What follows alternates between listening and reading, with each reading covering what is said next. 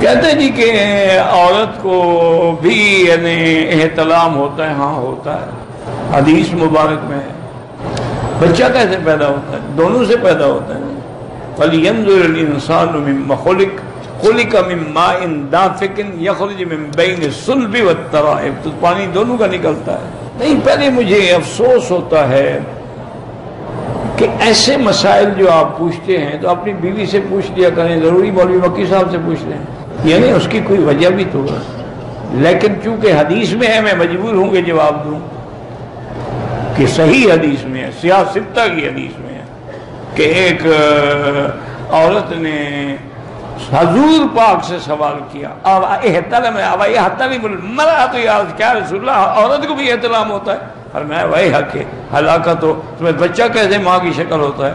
کبھی باپ کی شکل ہوتا ہے، کبھی ماں کی شکل ہوتا ہے. یہ تو چونکہ حدیث میں تھا میں نے جواب دے دیا، ورنہ میں نے ایک فیصلہ کیا ہے کہ ایسے جو سوال آئیں گے میں ان کے جواب بھی نہیں دوں گا. ہاں اگر حدیث میں ہو پھر تو میں مجبور ہوں نا، حدیث کیسے چھپائی جائے. اور دوسرا جو بزرگوں کے بارے میں آپ مجھ سے پوچھتے ہیں نا کہ فلاں بزرگ نے یہ کہا فلاں نے، ان کے بارے میں بھی میں کوئی جواب نہیں دوں گا. اگر کچھ بزرگوں نے کہا ہے تو اللہ ان کی غلطیوں کو معاف فرمائے اور اللہ ان کو اخلاص اور نیک نیتی کا اجر عطا فرمائے. یہ نئی بات نہیں ہے میرا بھائی، کتابیں بڑی پڑھی. اسی لیے ایک خلاصہ ہمیشہ یاد رکھو کہ کلام صوفیہ در شریعت حجت میں، صوفی لوگوں کی کلام شریعت میں حجت نہیں ہوتی.